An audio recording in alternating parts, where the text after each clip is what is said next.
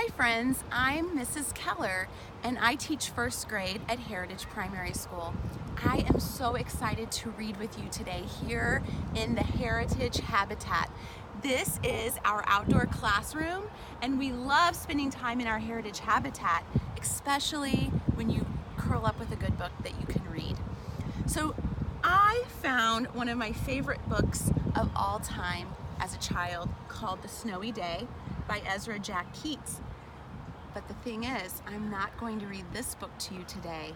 Instead, I did some hunting and I found another book also by Ezra Jack Keats. And I thought, if I find a book that I like by one author, maybe, perhaps, I might want to check out a book by the same author and see if I like that book just as much. So read with me today, Peter's Chair by Ezra Jack Keats. Oh, I just love opening a book and seeing what's inside. Look at how they use that paint to paint the bricks. Peter's Chair. Oh, this dog reminds me of my cousin's dog named Simba.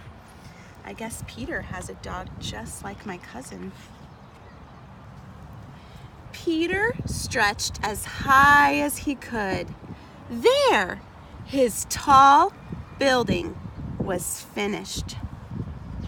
I love building with blocks too. Crash! Down it came. Shh, called his mother. You'll have to play more quietly. Remember, we have a new baby in the house. A new baby? That must mean Peter's a big brother. Peter looked into his sister Susie's room. His mother was fussing around the cradle. That's my cradle, he thought, and they painted it pink. Hi, Peter, said his father. Would you like to help paint Sister's high chair? It's my high chair, whispered Peter. I'm imagining how Peter must be feeling inside right now, seeing all of the things that used to be his things becoming his sister's things. There he still has his dog by his side. He saw his crib and muttered, "My crib is painted pink too." Not far away stood his old chair. They didn't paint that, Peter shouted. He picked it up and ran to his room. I wonder if he's going to try to keep them from painting that so he can save it as his chair. Let's run away, Willie, he said. Peter filled a shopping bag with cookies and dog biscuits.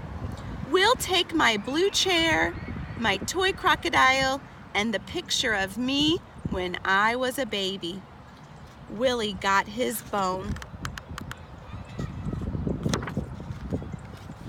They went outside and they stood in front of his house.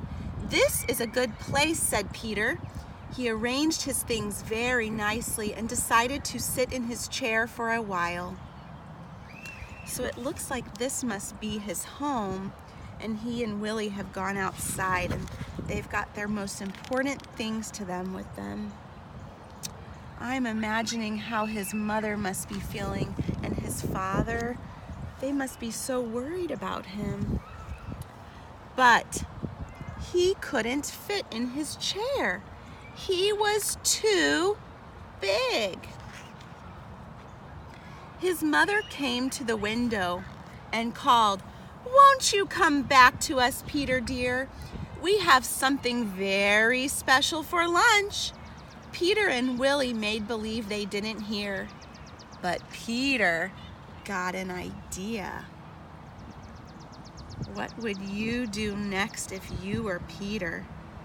Take a little moment and tell the person next to you, or think to yourself what you would do if you were Peter. I'm definitely wondering what his mother has made for lunch. Soon his mother saw signs that Peter was home. "That rascal is hiding behind the curtain," she said happily. Oh, I wonder what clue told her that Peter was behind the curtain. I think it's his feet. They're showing just right there behind the curtain. She moved the curtain away, but he wasn't there. "Here I am," shouted Peter. Peter sat in a grown-up chair. His father sat next to him. "Daddy," said Peter, "let's paint the little chair pink for Susie." And they did. Oh my, I just made a text-to-text connection. Look at Willie's painted footsteps right there. That reminds me of the footprints in the snowy day. I wonder if Ezra Jack Keats did that on purpose. Look at them painting that pink chair. What a kind thing he's doing to show his sister such a warm welcome. Wow. Boys and girls, I hope you enjoyed this story as much as I did. You know, this story makes me think about all of us when it's time to go to school. And you no longer fit in some of those tiny chairs. And now, soon, in August, you'll be getting to come to Heritage Primary just like Peter is growing up. You're growing up too. And boy, oh boy, I can't wait to meet you when you get to Heritage Primary. I hope you enjoyed reading with us. And this summer, if you have an extra moment, come and enjoy the peacefulness of our Heritage Habitat.